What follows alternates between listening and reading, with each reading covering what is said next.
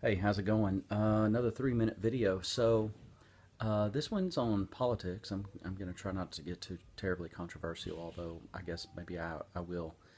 A few months ago, I was asked about how it was possible that Donald Trump was leading the Republican primary for the Republican nomination for the next presidential election, and I gave an answer at the time, and then I put a lot of thought into it, but here in the next 2.5 minutes, I'll explain exactly what's going on and how it works, and in a way you'll understand. So, politics for the last over 200 years has been kind of tricky in America. It's not always about politicians being honest, okay? It's about the narrative or the story they tell the people that they want to vote for them. So, um, to oversimplify this, to explain to you, so leading up to the election of Bill Clinton, the Democratic Party was in a similar situation as the Republican Party is now, where essentially they were fragmented. So during primaries, the candidates would have to say very liberal things to get all these people to nominate them, and then they would have to go and try to get elected in a general election. And the country as a whole did not like the ideas that were coming out of these primaries, so they could never get elected.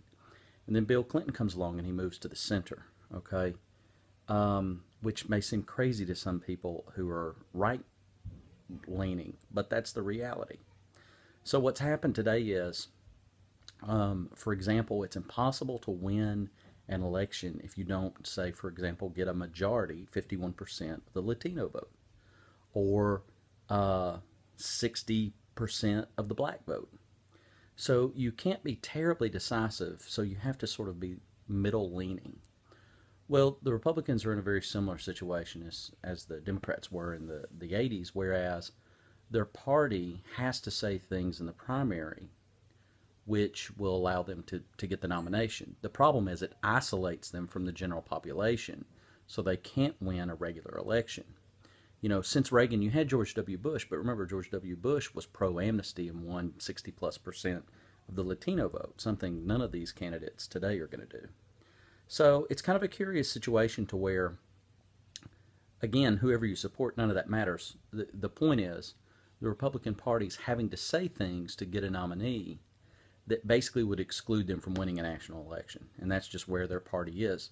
And sometimes your party just gets stuck there, just like the Democrats were stuck there for 25 years.